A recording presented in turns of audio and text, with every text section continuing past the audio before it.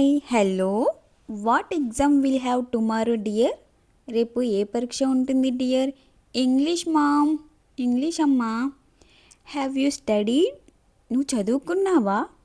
Only of the syllabus. I will study the rest later. సగం syllabus మాత్రమేమా, మిగిలినవి తర్వాత చదువుతాను. Do you want me to explain it to you? నీకు వచ్చా, నన్ను చెప్పమంటావా? No need. అవసరం లేదు.